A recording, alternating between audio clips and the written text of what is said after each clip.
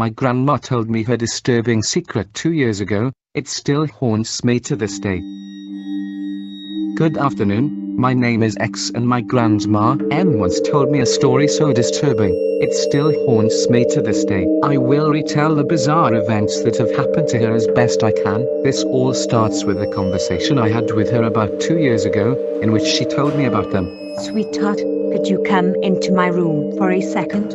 I have to tell you something. I walk into her room. Hey, what is it you want to tell me? X, have you ever heard me screaming at night? Yeah, quite often actually. Is it because of the nightmares? No, they're more than just nightmares. They feel too real to me. She briefly paused. Sometimes I wake up in the middle of the night to see different people standing right next to my bed, staring down at me and grinning ear to ear. I felt a shiver pass through my body. What do you mean? Sometimes a feeling of unease wakes me up and I see them. They look like normal people, but as soon as I cross them with the sign of the cross, they disappear without a trace. She paused for a few seconds and then continued. Sometimes they speak to me, but their voices sound muffled. How long has this been going on for? It's been going on for about 10 years now, but the creatures only used to come once every 2 weeks or so. But now they appear at least twice a week. Do you have any idea what those creatures could be? I'm not sure. They look completely normal, with the only difference being their skin. What about their skin? Their skin is as white as snow and emits a bright white light. This gives them a ghostly appearance. She stood up and walked to the door. Anyways, I have to go now. Don't tell anyone we had this conversation. Not even your parents.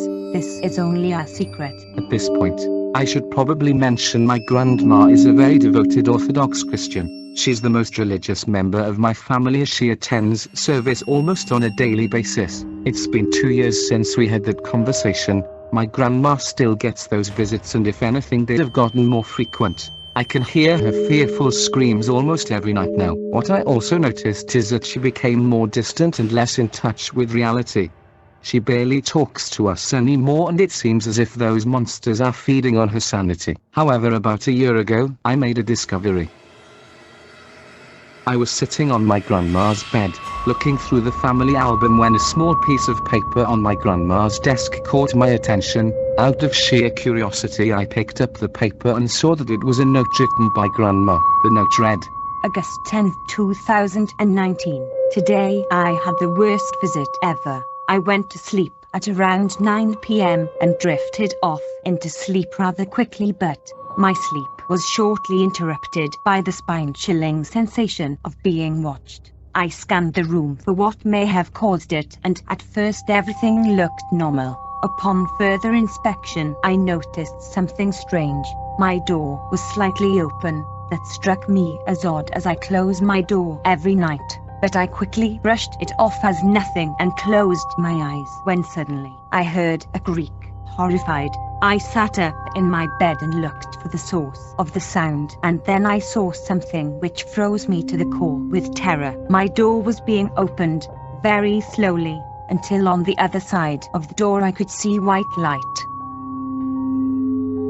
The door was now wide open, and in the doorway stood a male entity. Its entire body was glowing so bright I couldn't make out most of his features. After a few seconds, the man stepped foot into my room. I tried to scream, but I shortly realized my body was completely paralyzed, and all I could do was stare at whatever the heck this thing is. After a few more seconds, which seemed stretched out into hours, the creature began walking towards me.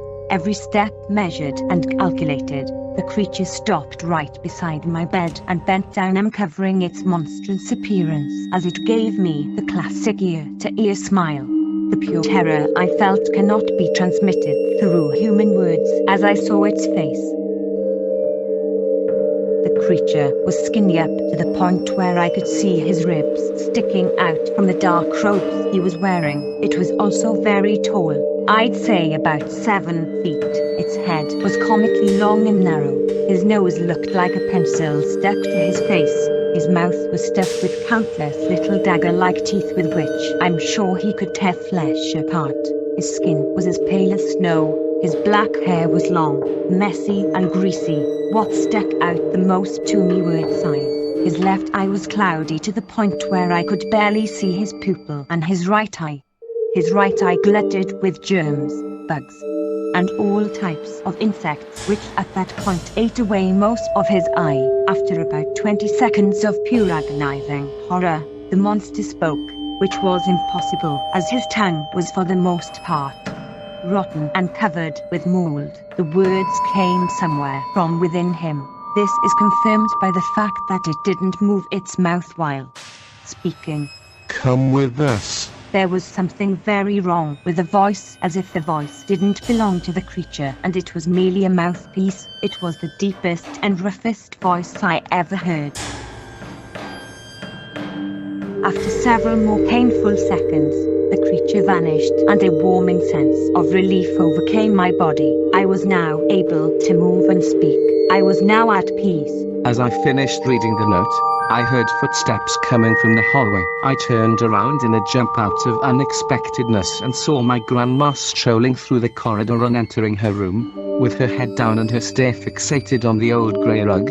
Her moves replicated a zombie wandering around aimlessly. Her face had an expression of blankness. Then I heard something, a muffled whisper at first, but as she kept repeating it until I heard it, a single word in her mother language that shook me to the core, Pomogi, which means help. After several more painful seconds, the creature vanished and a warming sense of relief overcame my body. I was now able to move and speak. I was now at peace. I'll keep you guys updated on my grandma's situation, but I'm really not sure what I should do to help her. Should I talk to a priest about it? Maybe he knows something we don't?